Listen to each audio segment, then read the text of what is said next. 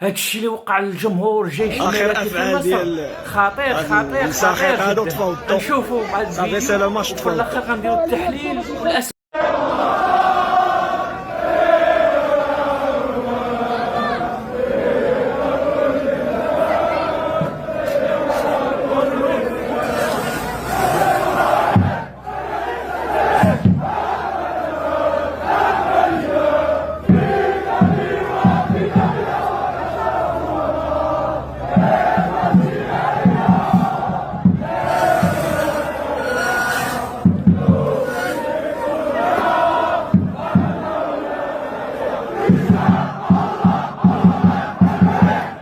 كما شفنا الفيديو أن السلطات المصرية تمنع الجمهور من الدخول. تقريبا كان 1000 شخص من الجماهير الجيش الملكي، وقالوا لهم أنه يدخل 100 واحد فقط.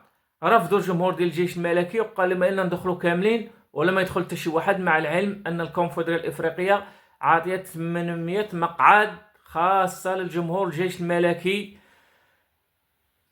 باش يتفرج في المقابلة ضد بيراميديا. ما دخلوش. السؤال اللي بغيت نطرح: ما المشكلة المصريين مع المغاربة؟ ماشي أول مرة كتوقع، راه وقعت مع الجمهور ديال الوداد، وقعت مع الجمهور ديال الرجاء.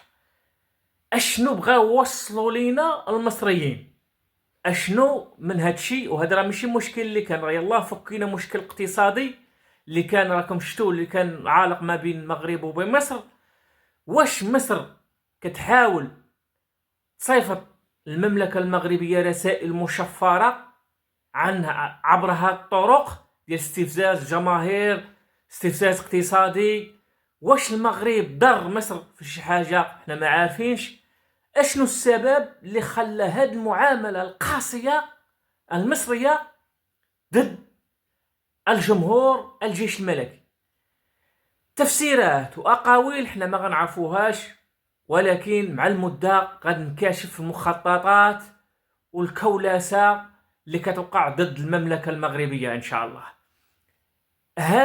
هادشي خاصو يوعي الجمهور المغربي المبردع كيفاش كنتعاملوا وكنستقبلوا الجماهير لا المصرية ولا ديال شمال افريقيا. خاصنا نبدلوا الاستراتيجية. وافقوا المغاربة، عاملونا بالترحاب نعاملوهم، نمدوا لينا ليدينا نمدوا ليهم جوج.